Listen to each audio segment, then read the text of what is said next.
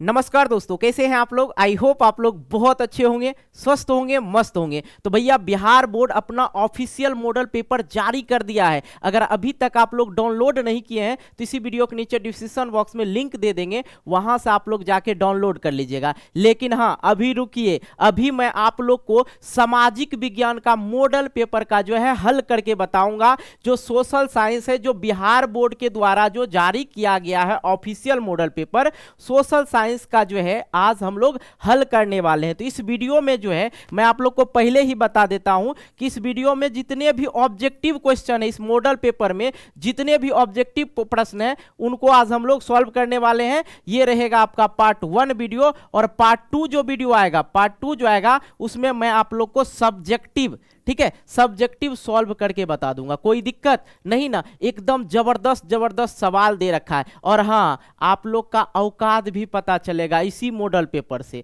कि आप लोग ने अभी तक क्या पढ़ाई किया।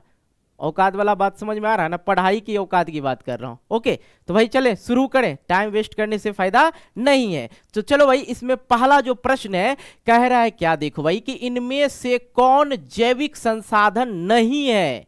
जैविक संसाधन नहीं है। तो जैविक संसाधन किसको कहते हैं बच्चा, जिसमें जान हो, जिसमें जान हो। जैविक संसाधन किसको कहेंगे, जैविक संसाधन, संसाधन किसको कहेंगे, जिसमें जान हो। किसमें, जिसमें जान हो, जिसमें जान हो, उसको क्या कहते हैं, जैविक संसाधन कहते हैं। मछली में जान रहता है भाई, जी बिल्कुल रहता है। पेड़ में जान रहता है, बिल्कुल रहता है। मानव में जान रहता है, जी बिल्कुल रहता है। मिट्टी में जान रहता है भाई, तो मिट्टी में जान नहीं रहता। मिट्टी में जान रहता है, नहीं रहता। सिंपल सी भाषा में आप लोग समझ गए, इसका राइट आंसर क्या हो जाएगा, बी हो जाएगा। कोई दिक्कत। और हाँ, जो बच्चा जो है कोर्स परचेज किए हैं, जो बच्चा कोर्स परचेज किए हैं उनके व्हाट्सएप ग्रुप में सभी मॉडल पेपर डाउनलोड करके भेज दिया जाएगा, आप लोग टेंशन नहीं लीजिएगा। और हाँ, जो बच्चा अभी तक हमारे पेड व्हाट्सएप ग्रुप में नहीं जुड़े हैं, कोर्स नहीं परचेज किए हैं, वो बच्चा जो है जल्दी से जाए पेड कोर्स को परचेज कर ले।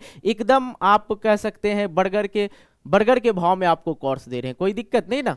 तो एक नंबर है, आप लोग नोट कर लीजिए यहीं पे जल्दी से, 85 81 80 29 29। इस नंबर पे आप लोग को व्हाट्सअप करना है, और व्हाट्सअप करके कहना है कि सर मुझे पंकज स्टडी सेंटर का जो है कोर्स परचेज करना है। नेक्स्ट आते हैं दूसरे प्रश्न की ओर। भारत सरकार की वन नीति के अनुसार कम से कम कितना प्रतिशत भूभाग वनाच्छादित रहना चाहिए। तो कितना प्रतिशत, तो भाई याद रखना आप लोग को 33.3% रहना चाहिए। तो यहाँ पे क्या है, 33% है, तो मार देना है टिक। ओके, नेक्स्ट प्रश्न की ओर आते हैं। नेक्स्ट प्रश्न है हमारे पास यहाँ पे, महानदी पर कौन सा बांध है। महानदी पर कौन सा बांध है। भखरा जो है सतलज पर है, सतलज पर है, ठीक है।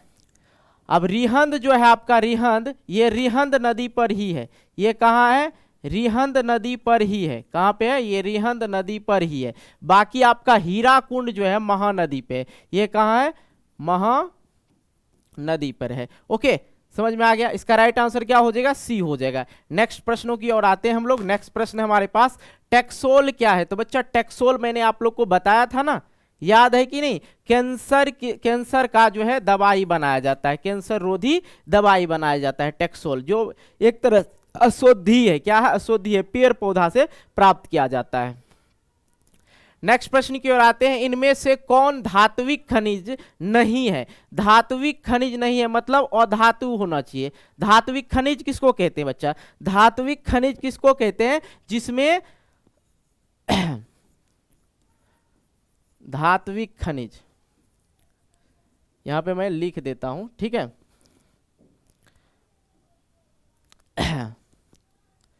जिसमें धातु हो, वैसा खनिज जिसमें धातु हो। क्या चीज हो, धातु हो। ओके, उसको क्या कहते हैं, धात्विक खनिज कहते हैं। तो बॉक्साइड भी है आपका धात्विक, क्रोमाइड भी है, निकेल भी है, लेकिन ग्रेफाइट क्या है, अधातु है। क्या है, अधातु है, अधातु है। ग्रेफाइट क्या है, अधातु है। ओके, राइट आंसर आप लोग का यही हो जाएगा, कह रहा धात्विक खनिज नहीं है। नेक्स्ट प्रश्न की ओर आते हैं। कह रहा इनमें से कौन टर्शियरी कोयला भंडार का क्षेत्र है। टर्शियरी कोयला भंडार का क्षेत्र है। एक होता है गोंडवाना, गोंडवाना जो क्षेत्र है, ठीक है, गोंडवाना क्षेत्र जो है 96% जो है गोंडवाना से ही कोयला भारत को उपलब्ध कराता है, ठीक है, गोंडवाना क्षेत्र से। बाकी ये जो है टर्सरी, ठीक है, टर्सियरी, ठीक है, टर्सियरी जो है इसका कोयला का जो क्वालिटी है अच्छा कोयला नहीं होता है, खराब कोयला होता है, खराब कोयला होता है, जो कि कितना है, लगभग 4% है, ठीक है, ये चीजें याद रखना है। अब कह रहा है एक ऑप्शन आता है कि सबसे अच्छा कोयला कहाँ है। अगर प्रश्न पूछ दे कि भैया सबसे अच्छा कोयला कहाँ है, सबसे अच्छा कोयला आपका कहाँ हो जाएगा, झारखंड में। सबसे अच्छा कोयला, सबसे अच्छा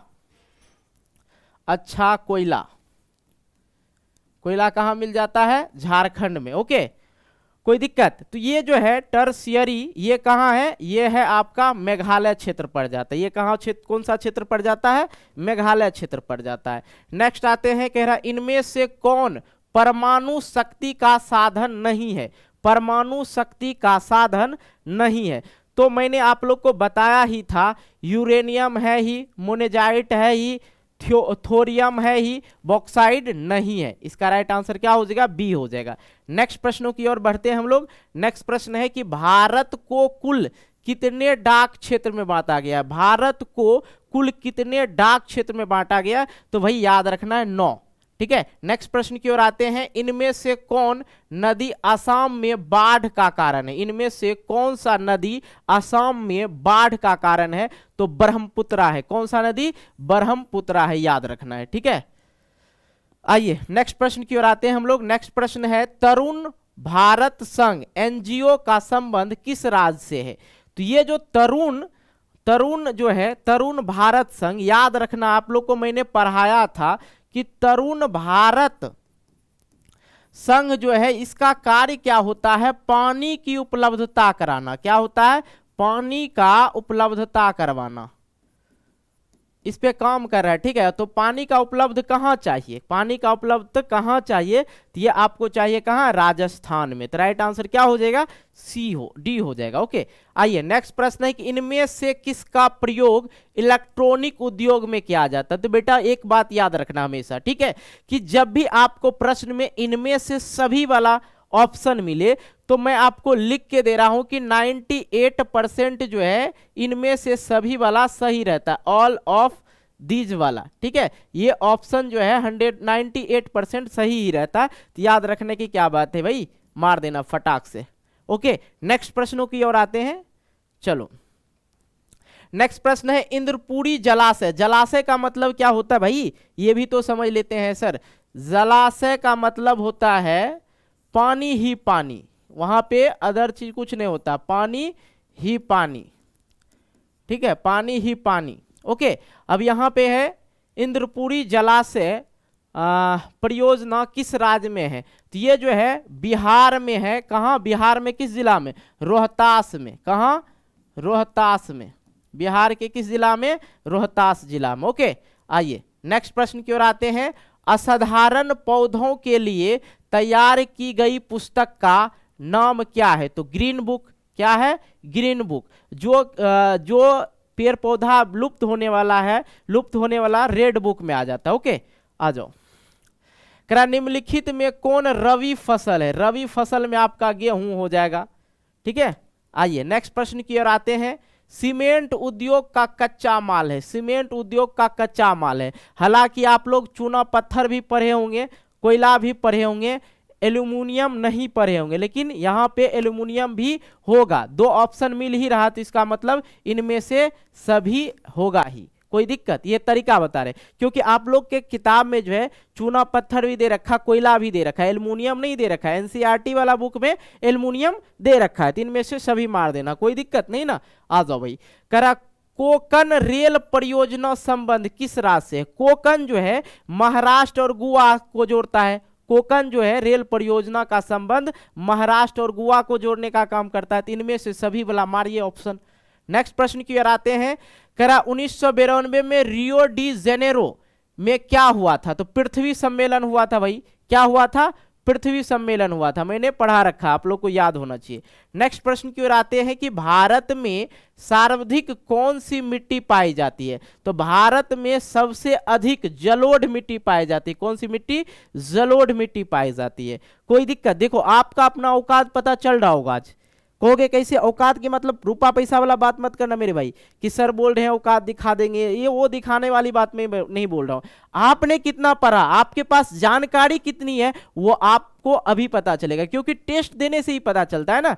तो आज आप लोग ये सोचो, जब हम आंसर लगाएं उससे पहले आप दिमाग लगाओ कि इसका आंसर ये होगा सर, इसमें मारेंगे टिक। ओके, ये चीजें कह रहा। 19 नंबर, भारत में पहला जल विद्युत संयंत्र कहां लगाया गया था? भारत में पहला जल विद्युत संयंत्र जो है कहां लगाया गया था? दार्जिलिंग में। कहां लगाया गया था? दार्जिलिंग में।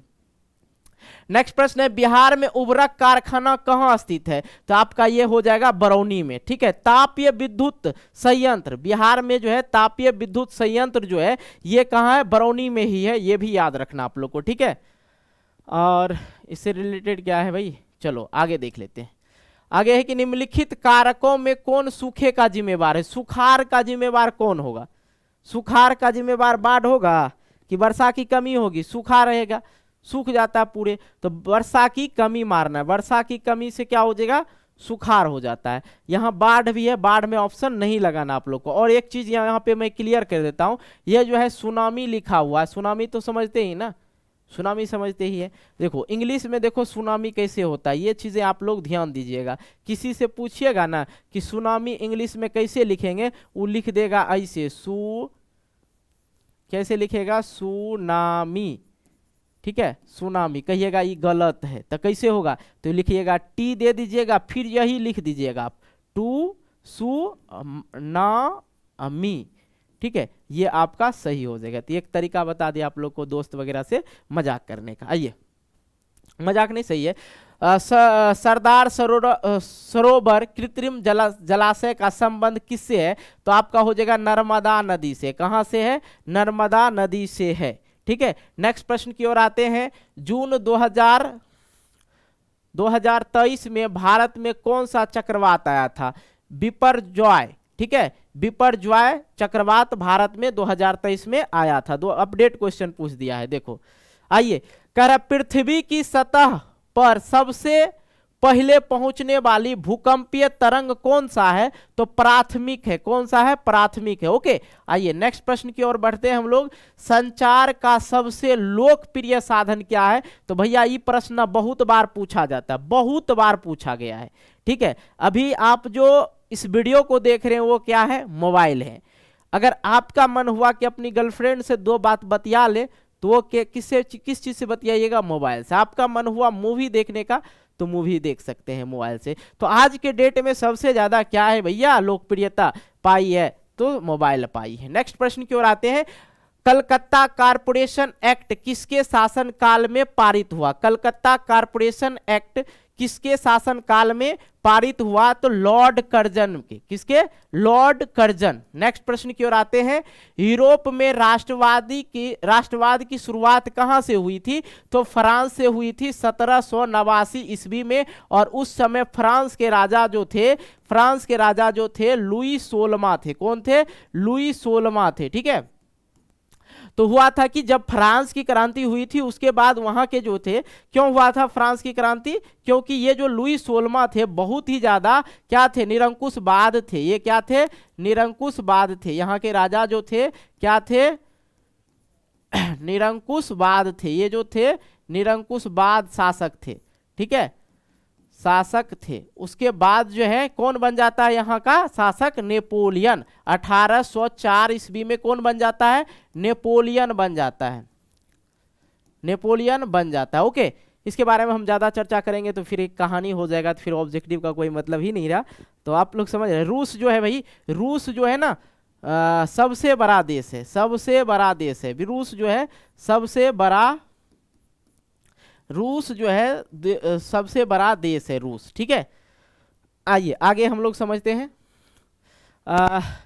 राइन राज संघ की स्थापना किसने किया था? तो ये आपका नेपोलियन ही ने किया था। नेपोलियन ही ने किया था। ठीक है, आइए अगले प्रश्न की ओर आते हैं।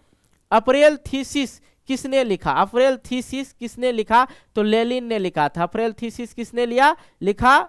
लेनिन ने लिखा था। ओके, आइए नेक्स्ट प्रश्न की ओर आते हैं हम लोग। खुदाई खिदमतगार का गठन किसने किया था?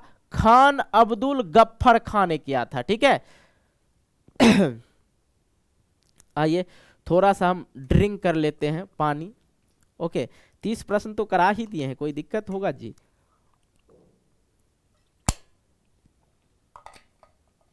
सिलेबस में हम आप लोग को अच्छी तरह से पढ़ाए ही हैं, इसलिए यहाँ पे स्पीड थोड़ा निकल रहे हैं। किसी को कोई दिक्कत हो तो बताना है। यही बता दिए है ना जी। चलो नेक्स्ट प्रश्न की ओर आते हैं हम लोग। लाला हरदयाल ने इनमें से किसकी स्थापना की? देखो फट से मुंह से निकलेगा, गदर पार्टी की स्थापना किया था। देखो इस प्रश्न में जान ही नहीं है। साम्यवादी गुट का अगुवा कौन था? और साम्यवादी गुट का अगुवा मैंने आप लोग को बताया था सोवियत संघ था। नेक्स्ट प्रश्न है कि इनमें से क्या मार्टिन लूथर की कृति है? मार्टिन लूथर की कृति है तो वो जो है 5वें थीसिस लिखे थे, तो यहां पे लिख देंगे 5वें थीसिस। ठीक है, नेक्स्ट प्रश्न की ओर आते हैं। बंगाल गजट का प्रकाशन किसने किया था? बंगाल गजट का प्रकाशन तो बच्चा गलती से रविंद्रनाथ टैगोर मार देते हैं, लेकिन होगा क्या? जेम्स ए हिक्की। कौन होगा? जेम्स ए हिक्की, यही राइट आंसर होगा, याद रखना आप लोग को। ठीक है, आइए नेक्स्ट प्रश्न की ओर आते हैं। यूनान इनमें से किस देश के अधीन था? यूनान जो था इनमें से किस देश के अधीन था? तो तुर्की का शासन चलता था। तुर्की वाला लोग क्या चाहता था? छुटकारा हमें पा जाए, छुटकारा हम लोग पाए। ठीक है, नेक्स्ट प्रश्न है। नमक कानून तोड़ने के लिए गांधी जी कौन सा स्थान चुना था? नमक कानून तोड़ने के लिए वो लोग कौन सा स्थान चुना था? दांडी से। साबरमती से वो शुरू किए थे पद यात्रा। ठीक है, नमक कानून को तोड़ने के लिए। नमक पे क्या गया था? नमक पर जो है अंग्रेज लोग जो था, नमक के बारे में जानते हैं ना, नमक सब लोग, अमीर गरीब जो भी इंसान है बिना नमक के नहीं रह सकते। तो अंग्रेजवा लोग क्या किया था? नमक पे क्या किया था? कर लगा दिया था। तो बाबू नमक पर क्या लगा दिया था?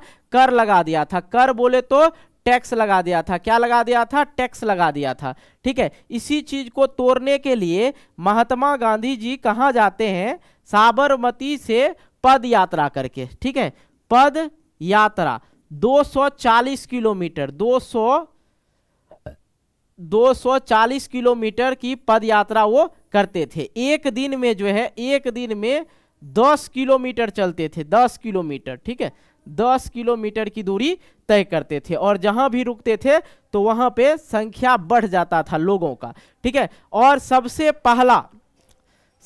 पहला जो है आंदोलन महात्मा गांधी ने चंपारण में ही शुरू किया था। महात्मा गांधी ने पहला आंदोलन यहीं से शुरू किया था। ठीक है, आंदोलन जो है यहीं से शुरू किया था, नील की खेती के लिए। किस चीज के लिए? नील की खेती पे रोक लगाने के लिए। अंग्रेजों का कहना था कि नील की खेती करो। किसान लोग जो थे, किसान लोग परेशान थे। किसान क्या थे? परेशान थे। नील की खेती से क्या होता बाबू? नील की अगर खेती किया जाए, नील की खेती से जमीन जो है क्या हो जाता है? जमीन बंजर हो जाता है। जमीन बंजर हो जाता है। ठीक है, क्या हो जाता है? बंजर हो जाता है। कोई दिक्कत जी समझने में? नहीं ना। इसलिए महात्मा गांधी सबसे पहला चंपारण से ही आंदोलन शुरू किए थे। ओके, चलिए समझ में आ गया। शुरू यहां से हुआ था, खत्म यहां पे हुआ था। तो कह रहा नमक कौन सा स्थान चुना था? तो डांडी आप लोग को मारना है। ओके, आइए नेक्स्ट प्रश्न की ओर आते हैं हम लोग। नेक्स्ट प्रश्न है कि समाजवादियों का बाइबिल किसे कहा गया? समाजवादियों का बाइबिल जो है दास कैपिटल को कहा गया, और इसके राइटर कौन थे? इसके राइटर थे कार्ल मार्क्स। ठीक है, कौन थे? कार्ल मार्क्स जो थे इसके राइटर थे। ओके, अप्रैल थीसिस किसने लिखा था? लेनिन ने। मैंने आप लोग को बता दिया ना, लेनिन ने ही लिखा था। ठीक है, कोई दिक्कत? नेक्स्ट प्रश्न की ओर आते हैं। एक स्वतंत्र राष्ट्र के रूप में सिंगापुर का उदय किस वर्ष हुआ था? तो सिंगापुर का जो उदय हुआ था 1965 ईस्वी में हुआ था। नेक्स्ट प्रश्न की ओर आते हैं। वियना कांग्रेस में कौन राष्ट्र सम्मिलित नहीं थे?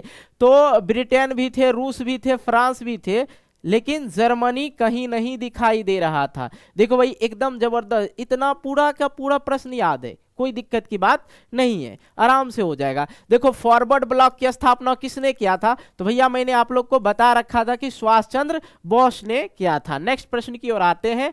करा बंबई राज्य का विभाजन कर किन दो राज्यों का गठन किया गया था? किन दो राज्यों का गठन किया गया था? तो महाराष्ट्र और गुजरात, महाराष्ट्र और गुजरात। नेक्स्ट प्रश्न की ओर आते हैं। बिहार में कुल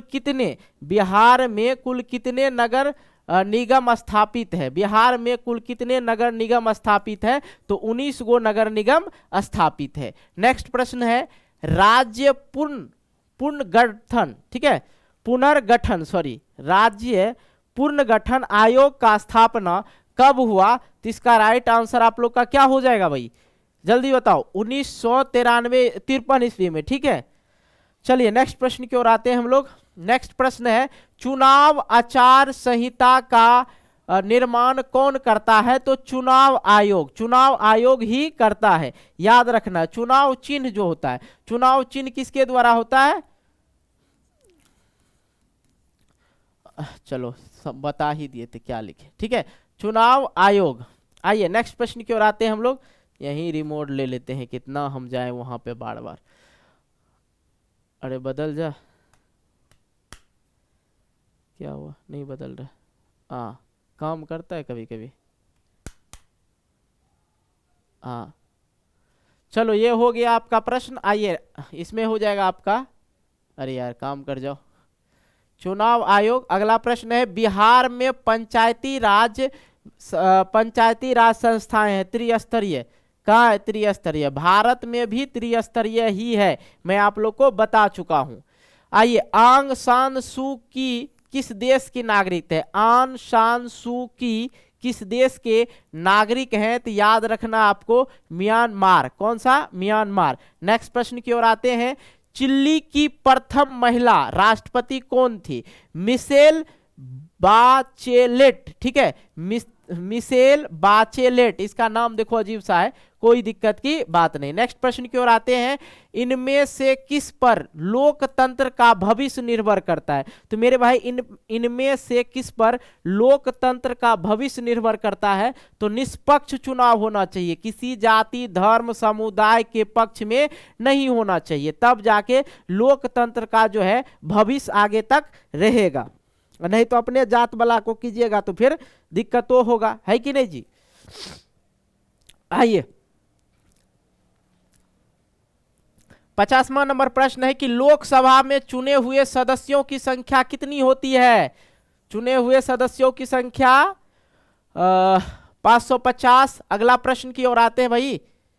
आजा आजा पिया अब तो आजा, रिमोट बाद में काम करता है। इनमें से कहां प्रत्यक्ष लोकतंत्र है? प्रत्यक्ष लोकतंत्र का मतलब थोड़ा सा हम बता दें, डायरेक्ट। और प्रत्यक्ष मतलब हो जाता है कि जैसे कि हमारे पूरे भारत पे केंद्र सरकार होता है, केंद्र सरकार सभी पे शासन करता है, पूरे राज्य पे, सभी राज्य पे किसका शासन होता है मेरे भाई? तो याद रखना है केंद्र सरकार का, सभी राज्य पे, ठीक है। उसके बाद अगर मैं बात करूं कि भाई ये जो राज्य सरकार होता है, राज्य सरकार किस पे शासन करता है? तो सिर्फ एक राज्य पे। अरे यार सिलेक्ट हो ही गया, अब क्या है? एक राज्य पे। एक और सरकार होता है जिसका नाम है स्थानीय सरकार, ठीक है। इसमें स्थानीय सरकार आपको मैंने पढ़ा रखा है, ठीक है। स्थानीय सरकार यहां पे कह रहा कि ये जो है, ये तो हो गया आपका अप्रत्यक्ष। ये क्या हो गया? अप्रत्यक्ष। कहाँ गया भाई? आंख में आके मच्छर मार देता है। अप्रत्यक्ष, ठीक है। और प्रत्यक्ष में क्या होता है? यहां पे सिर्फ जो है प्रत्यक्ष, तो ये हो गया अप्रत्यक्ष हम लिख दिए ना, हाँ चलो ठीक। अब प्रत्यक्ष में क्या होता है देखो, प्रत्यक्ष में क्या होता है? सिर्फ केंद्र सरकार होता है। केंद्र सरकार होता है यहाँ पे, ठीक है। चलो भाई ये चीज समझ में आ गया आप लोग को। अब देखो ये कहाँ है, स्विट्जरलैंड में, ठीक है, ये कहाँ है, स्विट्जरलैंड में। नेक्स्ट प्रश्न की ओर आते हैं हम लोग। नेक्स्ट प्रश्न है कितनी जनसंख्या पर ग्राम पंचायत का गठन होता है? तो याद रखना आप लोग को 7000, ठीक है, कितना, 7000 पे ग्राम पंचायत का गठन किया जाता है। नेक्स्ट प्रश्न की ओर आते हैं। 1975 के आपातकाल की घोषणा किसने किया था? 1975 की आपातकाल की घोषणा किसने किया था? तो यहां पे देखो 1975 में आपातकाल लागू कर दिया गया था, क्योंकि 1970 से जो 75 का जो समय था, ठीक है, उसमें बहुत ही ज्यादा क्या हुआ था, बहुत ही ज्यादा दिक्कत हुआ था। बिहार की स्थिति जो थी, बिहार में छात्र आंदोलन हुआ था। बिहार में 1975 के समय में क्या हुआ था, छात्र आंदोलन हुआ था। चलो भाई लिख ही देते हैं। 1975 ईस्वी में बिहार छात्र आंदोलन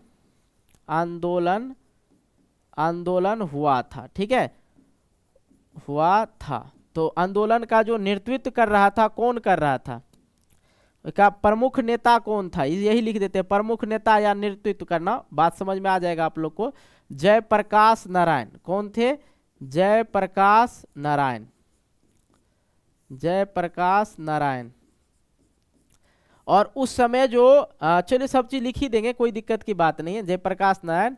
और संपूर्ण क्रांति अगर आप लोग से पूछे, इसी में जो है गांधी मैदान में बुला के पटना में, इसी में जो है संपूर्ण क्रांति का नारा दिया था। तो संपूर्ण क्रांति किसने का नेतृत्व किसने किया था, अगर पूछ दे तो याद रखना है, संपूर्ण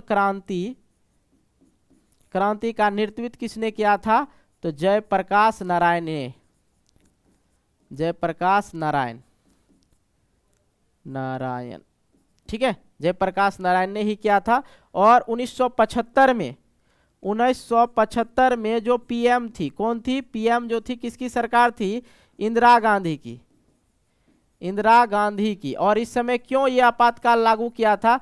क्योंकि जयप्रकाश नारायण ने इस पे क्या कर दिया था, मुकदमा दायर कर दिया था। आंदोलन जो था वो धीरे धीरे बढ़ के राष्ट्रीय आंदोलन हो गया। ये क्या हो गया? राष्ट्रीय आंदोलन हो गया था। सभी जगह बेरोजगारी भूखमरी बढ़ गया था उसके समय में, इसलिए, ठीक है। तो 1977 ईस्वी में एक चुनाव होता है। 1975 में आम चुनाव हुआ था, 1977 में आम चुनाव होता है, जिसमें इसको हटाया जाता है, ठीक है, 2 साल के लिए। तो बाकी चीजें ज्यादा चर्चा करेंगे, दिक्कत हो जाएगा, ठीक है। आपातकाल लागू किया था भारतीय राष्ट्रीय कांग्रेस ने, ठीक है। आइए, अगर पूरा मुझे डिस्कस करने में कोई दिक्कत नहीं, अगर दिक्कत हो इसलिए हो जाएगा कि समय ज़्यादा लग जाएगा, समझे। आप लोग को बहुत सारे बच्चे जानते ही हैं। पूरे जिले का प्रशासन कौन करता है? तो जिला कलेक्टर, डीएम, लेकिन यहाँ पे क्या है, जिला दंडाधिकारी। तो इसका राइट आंसर यही कर लेना है, ओके, कोई दिक्कत नहीं ना। आइए, यहाँ पे एक सेकेंड, महापौर भी है ना, महापौर तो उसके लिए हो जाता है, नगर निगम के लिए ना। चलो, सत्र न्यायाधीश तो न्याय करेगा ना, कोई दिक्कत समझने में जी नहीं ना। आ जाओ।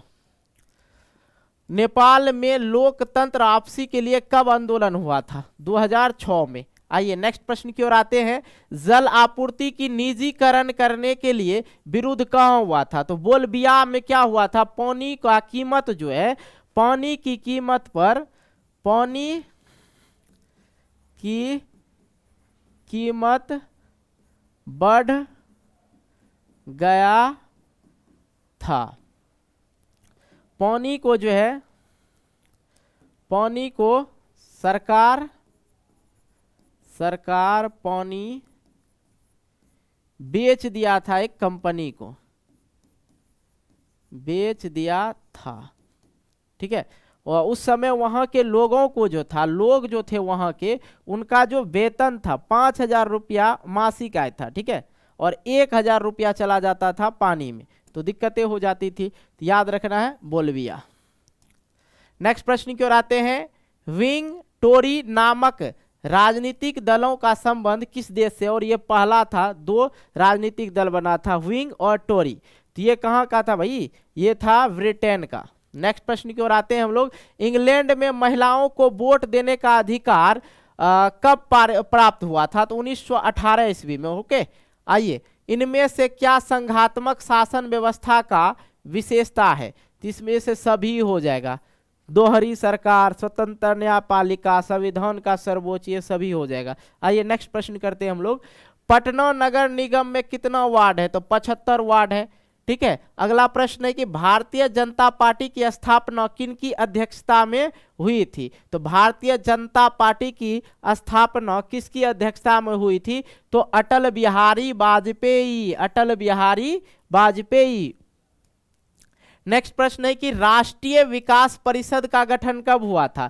राष्ट्रीय विकास परिषद का गठन कब हुआ था? 1952 ईस्वी में। नेक्स्ट प्रश्न की ओर आते हैं। भारत में राष्ट्रीय आय की गणना किस संस्था के द्वारा होती है? तो केंद्रीय सांख्यिकी संगठन के द्वारा। ठीक है, कलर चेंज कर लेते हैं। चलिए नेक्स्ट प्रश्न की ओर आते हैं। y = c+i में i क्या है? तो i बोले तो इनकम, आई बोले तो इनकम। ओके, आइए, इनमें से क्या शुद्ध राष्ट्रीय उत्पाद में शामिल नहीं है? इनमें से क्या शुद्ध राष्ट्रीय उत्पाद में शामिल नहीं है? तो यहाँ पे क्या हो जाएगा भाई? यहाँ पे देखो थोड़ा सा कंफ्यूजन वाला प्रश्न दे रखा है। इनमें से सभी वाला ऑप्शन भी दे रखा है, मूल्य ह्रास भी दे रखा है। मूल्य ह्रास ही इसका राइट आंसर होगा। वैसे मूल्य अंकित नहीं किया जाएगा किसी भी सामान पे, तो राष्ट्रीय उत्पाद में उसका गिनती ही नहीं होगा। ओके, शुद्ध राष्ट्रीय उत्पाद में गिनती नहीं होगा, मूल्य ह्रास। नेक्स्ट प्रश्न की ओर आते हैं। खनन को इनमें से किस क्षेत्र में शामिल किया गया? तो प्राथमिक क्षेत्र में जो है मत्स्य पालन, खनन, इस सब की चीज को क्षेत्र उसमें दिया गया है। ठीक है, नेक्स्ट पर सबसे बढ़िया जो है, सबसे ज्यादा लाभ जो होता है तृतीयक क्षेत्र, जिसको सेवा क्षेत्र बोला जाता है। क्या बोला जाता है? सेवा क्षेत्र बोला जाता है। इसको क्या बोला जाता है? कृषि क्षेत्र। ठीक है, कृषि क्षेत्र बोला जाता है। और इसको क्या बोला जाता है? द्वितीयक क्षेत्र को क्या बोला जाता है भाई? कोई बता दो। औद्योगिक क्षेत्र। ठीक है, औद्योगिक क्षेत्र। चलो समझ जाएंगे आप लोग। नेक्स्ट प्रश्न की ओर आते हैं।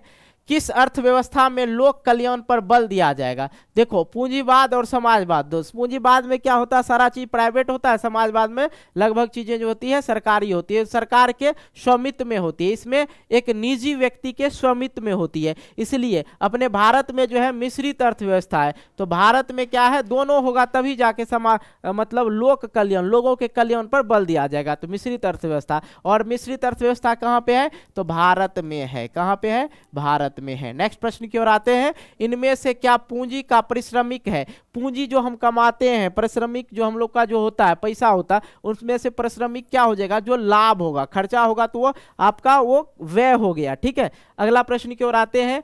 कह रहा इनमें से क्या संस्थागत वित्त का स्रोत है? संस्थागत वित्त का स्रोत जो है सहकारी बैंक है बाबू। अगला प्रश्न है कि भारतीय पूंजी बाजार किस प्रकार की वित्तीय संसाधन प्रदान करती है? ठीक है, तो इनमें से जो है भारतीय पूंजी बाजार जो है लॉन्ग टर्म के लिए क्या देती है? लोन देती है। दीर्घकालीन क्या देती है? लोन देती है। ठीक है, अगला प्रश्न है 70 नंबर। ग्रामीण विकास एवं कृषि के लिए ऋण प्रदान करने वाली संस्थाओं की आपूर्ति कौन करता है? ऋण दे विकास, ग्रामीण विकास, ग्राम के विकास के लिए, गांव के विकास के लिए, कृषि के लिए ऋण प्रदान करने वाली संस्थाओं को वित्त की जो आपूर्ति कौन करता है? कौन सा बैंक करता है? तो ये हो जाएगा नाबार्ड। अगले प्रश्न आते हैं हम लोग 71 नंबर। भारत में सहकारिता आंदोलन का प्रारंभ कब हुआ था? भारत में सहकारिता आंदोलन कब प्रारंभ हुआ था? तो 1904 ईस्वी में मेरे भाई। कोई दिक्कत नहीं ना? आ जाओ 72 नंबर देखते हैं। विकसित देशों के कार्यबल का अधिकांश हिस्सा किस क्षेत्र में कार्यरत होता है? तो मैंने आप लोग को बताया था ना कि सेवा क्षेत्र जो होता है, इस क्षेत्र से जो है बहुत ज्यादा सरकार को बचत होता है। ठीक है, सेवा क्षेत्र हो जाएगा। 73 नंबर। भारत में नई आर्थिक नीति कब लागू किया गया था? भारत में नई आर्थिक नीति कब लागू किया गया था? 1991 में। ठीक है, अगला प्रश्न है कृषि उत्पादों के कृषि उत्पादों के परमाणन के लिए किस मानक चिन्हों का प्रयोग किया जाता है? कृषि उत्पाद में जो है एग मार्क रहता है, ये हो गया एग मार्क हो गया कृषि के लिए, ठीक है। इनमें से भी सभी दे रखा है, थोड़ा यहाँ फंसना नहीं है, ये गलत दे रखा है। ISI मार्क जो होता है विद्युत वाला चीज जो है उसमें लगाया जाता है। हॉल मार्क्स जो है आपका सोना चांदी ज्वेलरी में, ठीक है, सोना चांदी वगैरह सब में हॉल मार्क दिया जाता है, ठीक है। ज्वेलरी डायरेक्ट समझिए। मानव पूंजी का प्रमुख घटक कौन है? भोजन भी है, स्वास्थ्य भी है, शिक्षा भी है, तो इनमें से सभी इसमें मार सकते हैं, कोई दिक्कत की बात नहीं है। नेक्स्ट प्रश्न की ओर आते हैं। जवाहर रोजगार योजना कब लागू किया गया था? तो 1989 ईस्वी में लागू किया गया था। नेक्स्ट प्रश्न है HDI। HDI का मतलब होता है ह्यूमन डेवलपमेंट इंडेक्स, ठीक है। HDI जो मानव विकास सूचकांक को काउंट करता है, तो कब शुरू किया गया था? इसका राइट आंसर हो जाएगा 1990 में शुरू किया गया था। नेक्स्ट प्रश्न है कि इनमें से कौन प्राथमिक क्षेत्र की क्रिया नहीं है? तो प्राथमिक क्षेत्र की क्रिया देखो, वानिकी जो है, वानिकी है ही, मछली पालन है ही, पशुपालन है ही प्राथमिक क्षेत्र में, ये जो है विनिर्माण नहीं होगा। ओके, समझ में आ रहा भाई? नेक्स्ट प्रश्न की ओर आते हैं हम लोग। 79 नंबर में इनमें से क्या आवश्यकताओं के दोहरी संयोग की समस्या को हल करता है? तो इनमें से सभी मार दीजिए। वस्तुएं मुद्रा, वस्तु मुद्रा सब है, दोहरी संयोगता। आइए अब हम लोग देखते हैं इनमें से कौन बैंक व्यापारिक बैंक नहीं है? व्यापारिक बैंक मतलब हो गया कि कॉमर्शियल बैंक नहीं है। इनमें से कौन सा जो है कॉमर्शियल बैंक नहीं है? तो reserve bank of India RBI, बैंकों का बैंक कहा जाता है इस बैंक को, ठीक है। इसमें बैंक का ही खाता रहता है, बैंकों का बैंक है ये। ओके, बैंकों का बैंक किस बैंक को कहा जाता है? तो आपका हो गया 80 का C ऑब्जेक्टिव क्वेश्चन कंप्लीट। देखो बहुत ही कम समय लिए आप लोग का पूरा ऑब्जेक्टिव सॉल्व कर दिए। और हाँ भैया, कहीं किसी को कोई दिक्कत हो, अगर आप लोग जल्दी से कमेंट बॉक्स भर दीजिएगा कि सर सब्जेक्टिव जल्दी बता दीजिए, तो हम फटाक से नेक्स्ट वीडियो लाएंगे, तुरंत लाएंगे, आजकल नहीं करेंगे, तुरंत ला के देंगे आपको। सब्जेक्टिव भी सॉल्व कर देंगे, बस आप लोग को कमेंट करके बताना है। और जो बच्चा PDF वगैरह चाहिए, इसका भी अभी सॉल्व किया, उसका PDF चाहिए, या 1 साल से जो पढ़ाया जा रहा है उसका PDF चाहिए, सभी PDF भी मिल जाएगा। साथ में कोर्स का जो वीडियो है उसका भी लिंक दे दिया जाएगा। कहीं कोई दिक्कत आप लोग को नहीं होगा, बस आप लोग को कॉल कर लेना है या व्हाट्सअप कर लेना है, ठीक है। तो इस नंबर पे 85 81 80 29 29 ये नंबर है। इस नंबर पे आप लोग जल्दी से व्हाट्सअप करो, मैसेज करो, जो करना है करो, लेकिन करो मेरे भाई। ओके, वीडियो कैसा लगा आप हमें कमेंट बॉक्स के माध्यम से कमेंट करके बता सकते हैं। बाकी मिलते हैं एक नई वीडियो को लेके, तब तक के लिए बाय बाय, जय हिंद, जय भारत, टेक केयर।